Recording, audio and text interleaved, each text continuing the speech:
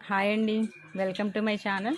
ఈరోజు ఈ వీడియోలో చూపించబోయేది పుల్లటి మామిడికాయలతో మెత్తటి జామ్ ఎలా తయారు చేయాలో చూపిస్తాను. మనకి ఇప్పుడు మార్కెట్లో ఆవకాయ మాగాయ పెట్టడానికి రసాలు తీసుకొస్తాం కదా, అందులో కొద్దిగా మెత్తగా ఉన్న కాయలతో ఈ జామ్ తయారు చేసుకోవచ్చు. చాలా అంటే చాలా టేస్టీగా ఉంటుంది. పిల్లలు కూడా ఇష్టంగా తింటారు. పుల్ల పుల్లగా తీయగా బాగుంటుంది. ఈ పుల్లటి మామిడికాయలతో అయితేనే బాగుంటుంది. తీపి మామిడికాయలతో అంత టేస్టీగా ఉండదు. ఈ జామ్ అనేది ఎలా తయారు చేసుకోవాలో చూపిస్తాను. మనకి బ్రెడ్లోకి కానీ చపాతీలోకి కానీ చాలా చాలా బాగుంటుంది.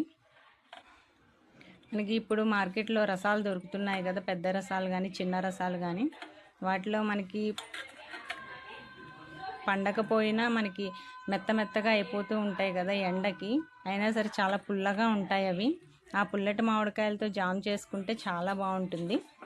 సో వాటిని మనం ఫస్ట్ కుక్కర్లో పెట్టుకోవాలి. ఒక 4-5 కాయలను తీసేసుకుని చెక్కు తీసేసుకుని ఇలా కుక్కర్లో పెట్టేసుకోండి.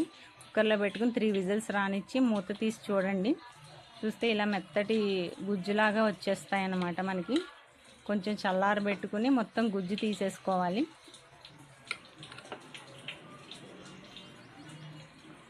ఒక 3 విజిల్స్ రానిచ్చుకోండి, సరిపోతుంది.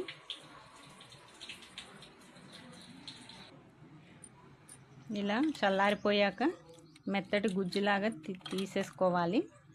మనకి కాయల కొలత కాదు, ఈ తీసుకున్న గుజ్జుని కొలతగా చేసుకుని ఈ జామ్ తయారు చేసుకోవాలి. ఇంకా ఏమీ వడగట్టన అవసరం లేదు. మెత్తని పల్పులాగా వచ్చేస్తుంది మొత్తం.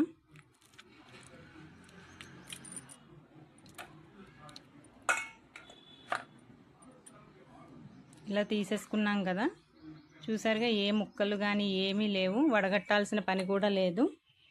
సో ఇలా తీసుకున్న పల్పుని ఒక గిన్నెలోకి తీసేసుకోండి. నాకు ఈ గిన్నెడు వచ్చింది. ఈ గిన్నె నిండా ఉన్న పల్పుకి ఈ గిన్నెడు బెల్లం తీసుకోవాలి. ఏదైనా ఒక కప్ కానీ గిన్నె కానీ కొలతగా పెట్టుకుని ఈ మనం తీసుకున్న పల్పుని ఒక కొలతగా తీసుకోండి. ఒక గిన్నె పల్పుకి ఒక గిన్నెడు బెల్లం పడుతుంది. ఇంకా తీపి ఎక్కువగా కావాలనుకునే వాళ్ళు ఇంకొంచెం బెల్లం వేసుకోండి. ఇదిగోండి, ఈ గిన్నెతో పల్పు, ఈ గిన్నెతో బెల్లం సమానంగా తీసుకోండి. ఇంకా తీపి ఎక్కువగా కావాలనుకున్న వాళ్ళు ఇంకాస్త బెల్లం కలుపుకోండి. సో ఈ బెల్లాన్ని స్టవ్ పైన పెట్టుకుని కొద్దిగా నీళ్లు పోసుకోండి. కొద్దిగా నీళ్లు పోసుకుని కరగనివ్వాలి. మనకేం పాకం రానవసరం లేదు, బెల్లం అంతా కరిగితే సరిపోతుంది.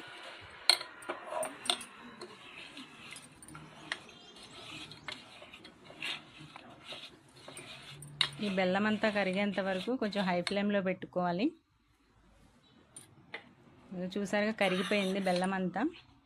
పాకం రావక్కర్లేదు, జస్ట్ కరిగితే సరిపోతుంది. సో ఈ బెల్లం నీళ్ళని మనం కాస్త వడగట్టుకుందాం. మళ్ళీ ఇసుక రాళ్ళు ఏం లేకుండా ఉంటాయి. బెల్లంలో ఇసుక రాళ్ళు ఉంటాయి కదా, వడగట్టేసుకుందాం.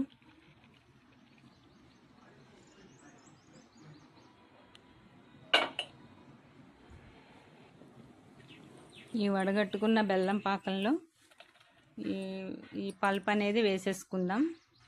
సారీ, పాకం అన్నాను, పాకం రానక్కర్లేదు, జస్ట్ బెల్లం నీళ్ళలో ఈ గుజ్జు అనేది వేసేసుకుందాం. వేసేసుకుని కాస్త దగ్గర పడేంత వరకు ఉడకబెట్టుకోవాలి. కొంచెం సిమ్లో పెట్టుకుని ఉడకబెట్టుకోవాలి.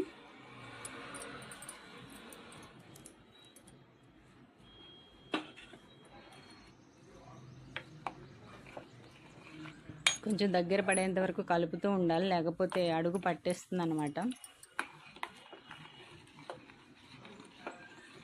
కొద్దిగా చిక్కపడేంత వరకు కలుపుకుంటే సరిపోతుంది.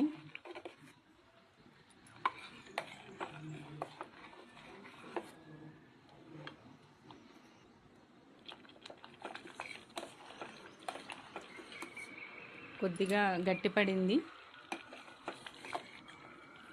సో ఇలా దగ్గర పడ్డాక ఇందులోకి కొద్దిగా జాజికాయ పొడి తీసుకోవాలి.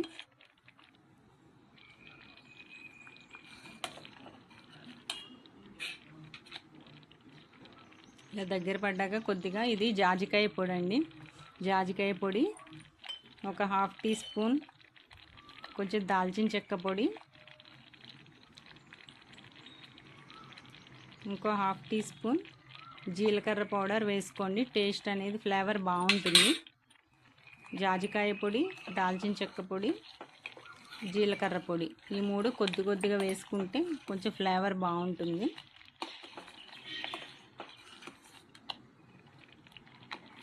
మరీ గట్టిపడేంత వరకు కలపక్కర్లేదు, ఉంచక్కర్లేదు స్టవ్ పైన. కొంచెం చిక్కగా అవగానే కట్టేయచ్చు, మళ్ళీ చల్లారగానే కొద్దిగా గట్టి పడుతుంది కదా.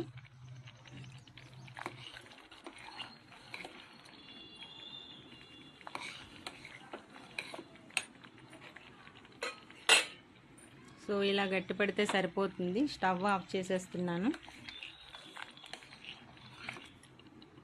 ఇలా ఉంటే సరిపోతుంది. మళ్ళీ చల్లారగా కొద్దిగా గట్టి పడుతుంది.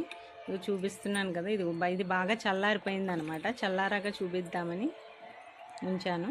ఇది చల్లారాక ఇలా గట్టి పడింది. ఇలా ఉంటే సరిపోతుంది. ఇది ఒక గ్లాస్ సీసాలోకి తీసేసుకుంటే ఒక 6 నెలల వరకు నిల్వ ఉంటుంది. ఇలా ఒక గ్లాస్ సీసాలో పెట్టేసుకోండి, 6 నెలలు నిల్వ ఉంటుంది అనమాట. ఈ జామ మనకి బ్రెడ్లోకి, చపాతీలోకి చాలా బాగుంటుంది. ఈ వీడియో మీకు నచ్చినట్లయితే లైక్ చేయండి, షేర్ చేయండి, అలాగే నా ఛానల్ని సబ్స్క్రైబ్ చేసుకోండి.